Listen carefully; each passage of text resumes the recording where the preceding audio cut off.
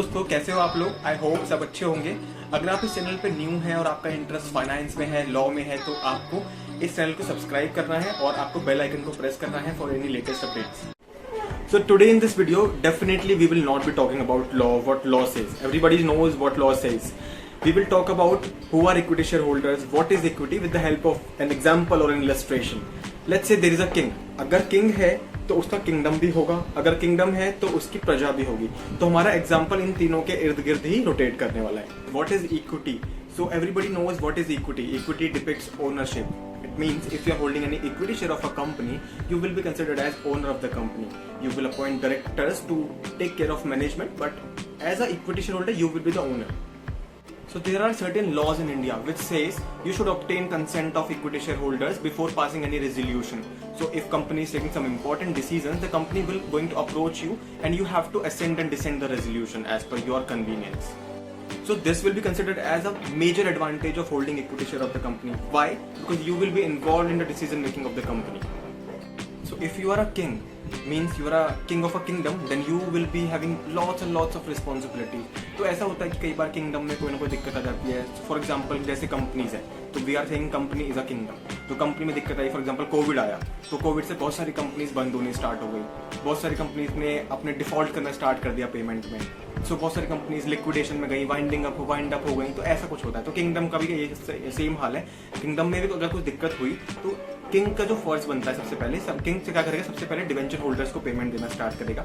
Debenture holders को payment देगा means कर्जदारों को पैसे दिया उसने पहले. उसके बाद वो प्रेफरेंस शेयर होल्डर्स को पैसा देगा, because company can issue preference shares as well. तो प्रेफरेंस शेयर्स को पैसा देने के बाद उसके बाद सबसे एंड में जाके किंग बचेगा. किंग कहेगा अब मेरी बारी है, अब सब पैसा हम दे चुके हैं, बाहर हमने कर्जदारों को निपटा दिया, प्रेफरेंस शेयर होल्डर्स को निपटा दिया, अब मेरी बारी है. जो भी कुछ बचेगा then equity share will going to take part in that. और उससे पहले वो उसमें इक्विटी शेयर होल्डर कुछ भी पार्टिसिपेट नहीं करेगा, because as a owner it is your responsibility to pay outsiders first. तो आपने कहा जब आपका किंगडम डूब रहा है, आपकी कंपनी डूब रही है, तो इक्विटी शेयर होल्डर को पैसा सबसे एंड में मिलेगा. तो फिर इक्विटी शेयर होल्डर बनने का फायदा क्या हुआ, इक्विटी होल्ड करने का फायदा क्या हुआ? सबसे पहला फायदा तो ये है, अगर कंपनी अच्छा काम ग्रो कर रही है, कंपनी अच्छा बिजनेस कर रही है, तो company will going to declare dividend. Company ऐसा नहीं है कि कंपनी साल में एक बार डिविडेंड डिक्लेयर करती है. बहुत सारी अच्छी कंपनीज है जो कि बहुत अच्छा प्रॉफिट अर्न कर रही है, तो they will declare interim dividend as well along with the final dividend. तो उनको पैसा अच्छा मिलेगा. तो ये नहीं है कि कुछ कंपनीज ऐसी भी हैं जो 100% डिविडेंड डिक्लेयर करती है.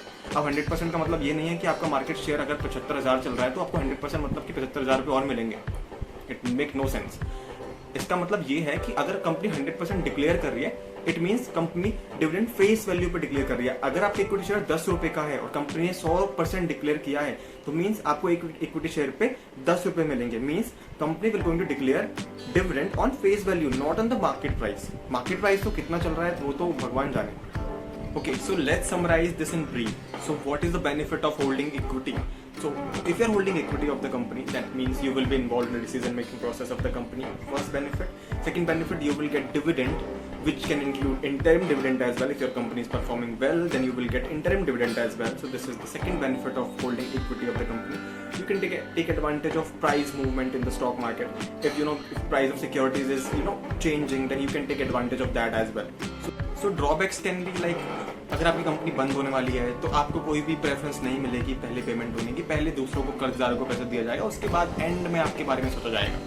तो this could be considered as drawback of having equity share of the company. Okay, so that's all for today's video. अगर आपको वीडियो पसंद आई है तो do like, share and comment and do subscribe to my channel and don't forget to press the bell icon for latest updates. Thank you, bye bye.